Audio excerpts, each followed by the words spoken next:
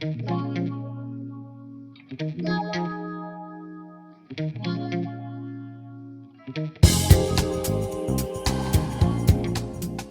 del treball social sanitari d'atenció primària, en els CAPs, el que fem és una valoració de cada cas i de cada persona, veient quines necessitats necessita cobrir i quins són els recursos que podem utilitzar per cobrir aquestes necessitats.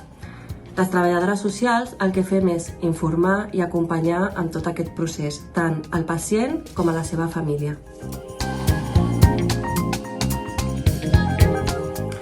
Tant la llei de la dependència com la discapacitat són dos tràmits que aconsellem sempre quan la persona es fa gran i té una sèrie de malalties que repercuteixen en el seu dia a dia.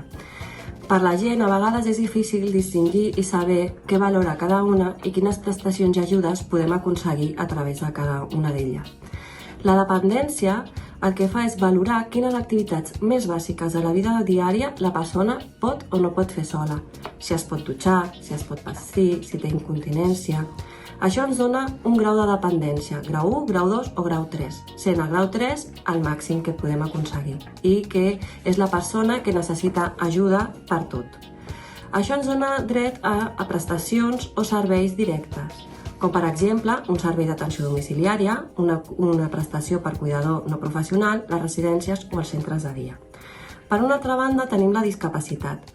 La discapacitat el que valora és quina malaltia tenim, en quin punt està aquesta malaltia i com repercuteix en el nostre dia.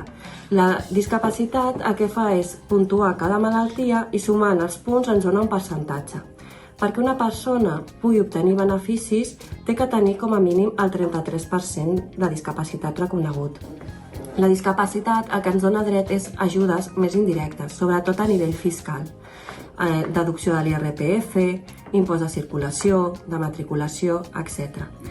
Per una altra banda, dins del certificat de discapacitat tenim dos barems. El barem de mobilitat, que és el que indica que la persona té dificultats per poder caminar i per anar d'un punt a un altre i, per tant, amb això podríem aconseguir la targeta d'aparcament o una targeta per agafar uns taxis a un preu molt reduït.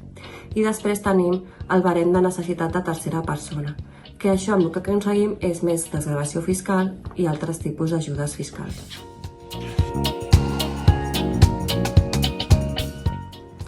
Un dels dubtes que més ens pregunten a consulta és si ha arribat el moment o no per poder començar aquests tràmits. Sabem que són tràmits que triguen molt i això moltes vegades ens fa voler avançar-nos.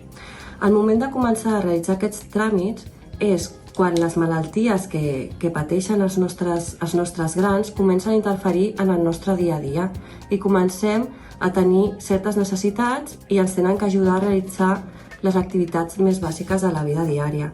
Doncs quan ens tenen que començar a ajudar a dutxar-nos, o ja no podem sortir a comprar, ja no podem pujar esglaons, aquest seria el moment de començar els tràmits.